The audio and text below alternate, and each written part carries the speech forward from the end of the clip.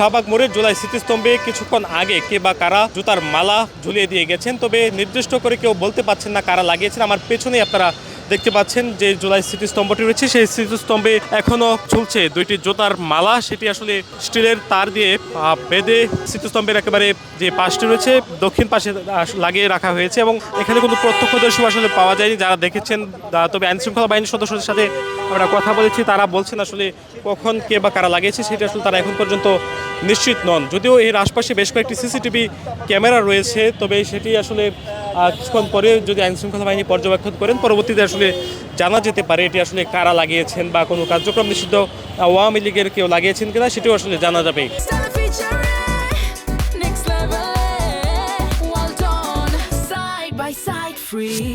জুলাই আন্দোলনে সারা বাংলাদেশের প্রায় 80% মানুষের সমর্থন ছিল, তাদের রাজপথে অবস্থান ছিল। এখন দেখেন মাত্র 2-4 মানুষ, 2-4 ব্যক্তি যে কাজগুলো করতেছে সেগুলো পুলিশ কেন যেন দেখেও দেখতেছে না। এই যে আমি এখানে দাঁড়িয়ে কথা বলতেছি, দেখবেন যে আইন শৃঙ্খলা রক্ষাকারী বাহিনী আমার কথাগুলো নোট ডাউন করে। আমি শুধু একটা কথাই বলে দেই, হয়তো আপনারা পুরো ঢাকা শহরকে সিসিটিভির আওতায় নিয়ে আসেন, আপনারা আইন শৃঙ্খলা রক্ষাকারী বাহিনীকে আবারও ঢেলে সাজান।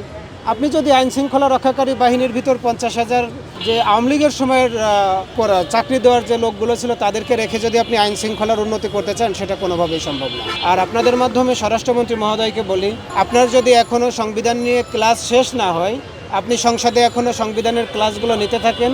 সেই সাথে সাথে আপনাদেরই দলের আরেকজন দক্ষ ব্যক্তি আছে যার আগেও স্বরাষ্ট্র প্রতিমন্ত্রীতে থাকার অভিজ্ঞতা আছে, আপনি বাবর ভাইকে স্বরাষ্ট্রমন্ত্রীর দায়িত্বটা ছেড়ে দেন। আপনাদেরকে বারবার বলতে বলতে এগুলো আর ভালো লাগবে না। আপনারা আজকে যে উস্কানিগুলো দিচ্ছেন এগুলো আমরা বুঝি, এই উস্কানিতে যেদিন আমরা পা দিয়ে দিব সেদিন কিন্তু দেশের ক্ষতি হয়ে যাবে।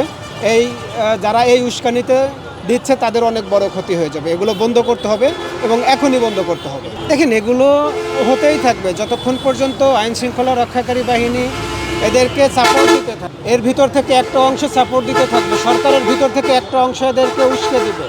এগুলো বরাবরের মতো হতেই থাকবে, এগুলো বন্ধ করা সম্ভব হবে না। এই জন্য আমি বলবো যে কোনোভাবেই এটাকে স্থায়ীভাবে সমাধান করা দরকার। দেখেন, শাহবাগ টিএসসির মতো জায়গাতে যদি এখন সিসি ক্যামেরা না থাকে কিংবা মিনিমাম আপনারা এখানে যদি নিরাপত্তা না থাকে, এরকম সারা বাংলাদেশের প্রতিটা আনাচে কানাচেই তো এরকম জুলাই স্তম্ভ ছড়িয়ে আছে, তাই না? আজকে এখানে আমরা ঠেকিয়ে দিব, কালকে আরেক জায়গায় যেয়ে তারা এই কাজটা করবে। এই জন্য উচিত হবে স্থায়ীভাবে সরকারের ভিতর থেকে, আইন শৃঙ্খলা রক্ষাকারী বাহিনীর ভিতর থেকে যারা দেখেও না দেখার ভান করতেছে তাদের বিরুদ্ধে ব্যবস্থা নিলেই আমার মনে হয় যে এগুলো খুব তাড়াতাড়ি প্রতিরোধ করা সম্ভব হবে। এই ঘটনাটা যারা ঘটিয়েছে তারা তো অবশ্যই নিষিদ্ধ সংগঠনের লোক। আমরা এটার একটা তীব্র নিন্দা জানাই যে একটা জুলাই স্তম্ভে এইরকম একটা অপকর্ম যারা ঘটাইলো। এখান থেকে কতটুক মানে কয় গজ দূরত্বে থানা, আর সব সময় এখানে হচ্ছে আপনার বিভিন্ন গোয়েন্দা সংস্থার লোকগুলো এখানে ঘুরঘুর করে। আমরা যখন একটা মাইক অথবা একটা ব্যানার নিয়ে যখন আমরা কখনো দাঁড়াই, আমাদেরকে অন্তত 100 বার তারা হচ্ছে আইসা ডিস্টার্ব করে যে আপনারা কারা, এখানে কোথায় থেকে আসছেন, কি করতেছেন। তাহলে তারা আমাদের পিছনে তারা ঘুরঘুর করতে পারে। আর আজকে এরকম একটা জঘন্যতম ঘটনা তারা এখানে ঘটাইছে, আজকে এখানে কেউ নাই, আমরা এসে এটাকে অপসারণ করা লাগছে। আমরা মনে করি যে এখানকার যারা দায়িত্বরত এবং কর্তব্যশীল আছেন তাদেরকে এটা জবাব দিতে আনতে হবে। এই ধরনের অপকর্ম করে এখান থেকে চলে যাবে। এই জুলাই স্তম্ভে এই ধরনের ঘটনা ঘটাইছে তাদেরকে তো আমরা মনে করেন যে সহজে ছাড় দিতে আমরা রাজি না। আমরা এখানে আজকে আমরা কিছুক্ষণ পরে আমরা এখানে এই নিষিদ্ধ সংগঠন এর বিরুদ্ধে হচ্ছে আমরা একটা অবস্থান নিব এবং যারা এই ঘটনা ঘটাইছে আমরা এই শেখ হাসিনার গলায় আমরা হচ্ছে এই জুতার মালা আমরা দিব।